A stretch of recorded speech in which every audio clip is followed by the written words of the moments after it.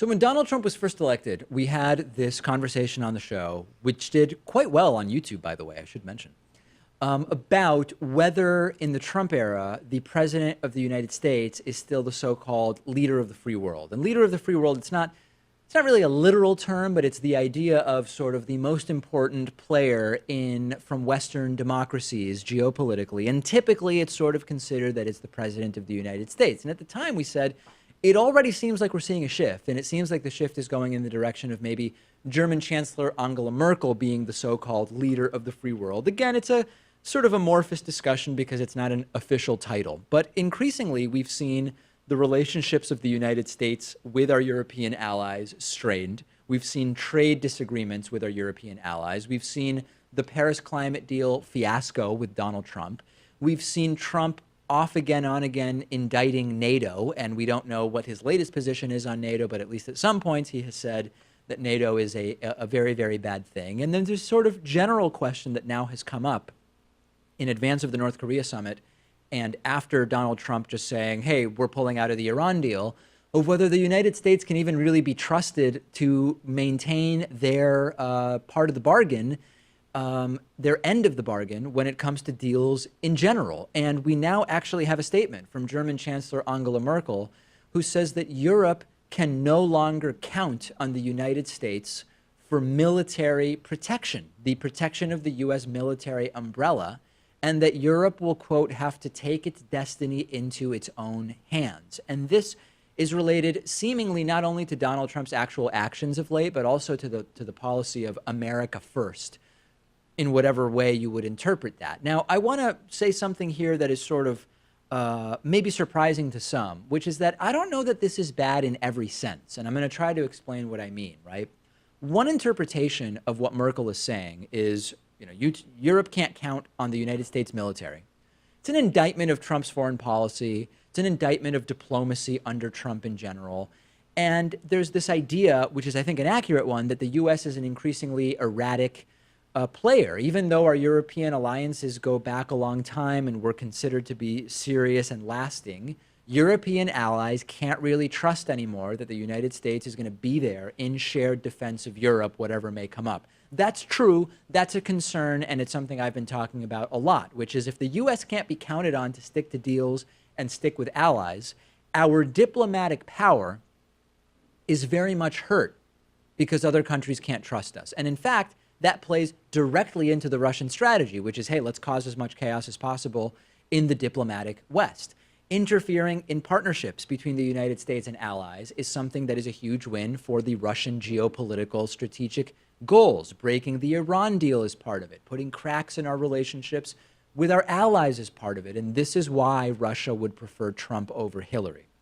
But I want to mention another side to this, which is that in a sense, isn't it good in a way for the expectation of the U.S. as the world's policeman to go away, right? This is not me being an isolationist, but we shouldn't want the world to expect that the United States will come to the rescue at any time. And I want to be clear.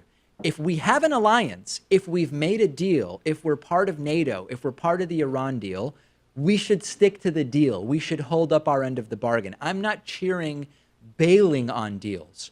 But from the point of view of resisting the military-industrial complex and resisting the idea that the U.S. will spread democracy through military action and everything that sort of came from the Bush, Wolfowitz, Bolton stuff, we shouldn't want there to be an expectation that the United States will come to the rescue of whoever needs rescuing.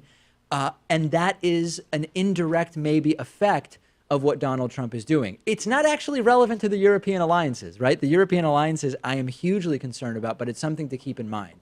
But Merkel is right, and it's all laid out in Alexander Dugin's 1997 book, Foundations of Geopolitics. This is yet another one of Russia's stated goals when it comes to sowing geopolitical chaos coming to fruition. The rift that is this sort of growing rift or crack, I don't know what other way to say it, between our Western European allies and the United States plays directly into Russian goals. And to the extent that Donald Trump is responsible for that, it's something that we should all be really concerned with. And of course, you'll have people on the right who say, hey, good, it is America first, and that's it, and Yeah. Trump's doing the right thing and being tough, period. There's a lot there. I just wonder if this is an indictment on our politics that the two parties are so far apart from each other. Because Yeah. if you have the Democrats who will get us into the Paris Climate Accord and get us into the Iran deal, and then we elect a Republican president like Trump or like pretty much any Republican actually, because Yeah. they were all against the Iran deal, they were all against the Paris Climate Accord, Yep. and we're just going back and forth between those two parties.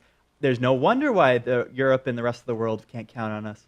You can't blame them. You Yeah. can't blame them. And this is what I said a few days ago, which is if you're North Korea about to negotiate with Trump and you see that Trump bailed on the Iran deal, what makes you think that whatever you negotiate with Trump now for a North Korea deal is actually going to be something that sustains? It's very, very dangerous territory to be going into. And Trump is not getting us into that haphazardly or aimlessly. He's deliberately doing it as if it's some kind of good policy. It's very, very scary stuff. Today's episode of the program is made possible in part by CoinSchedule, which is a listing site for cryptocurrency ICOs that's been around since 2016 and was actually one of the first websites to show helpful listing information about ICOs where you can look them up by name, by industry, by start and end date, and you'll get from CoinSchedule a score for each ICO that can help you better assess how careful you should be if you are looking at investing in any particular ICO.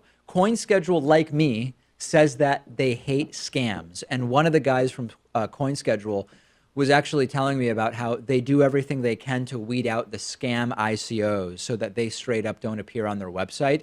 And it seems that they've learned a lot from doing this over the past 2 years. CoinSchedule is also a really good resource for finding information about upcoming cryptocurrency-related conferences. They also post crypto news. And if you're watching this on YouTube, I've put a link to the CoinSchedule website at the top of the description. To be clear, nothing on CoinSchedule should be considered personalized investment advice. ICOs are risky. Everybody should do their own research and make the decisions that are right for them.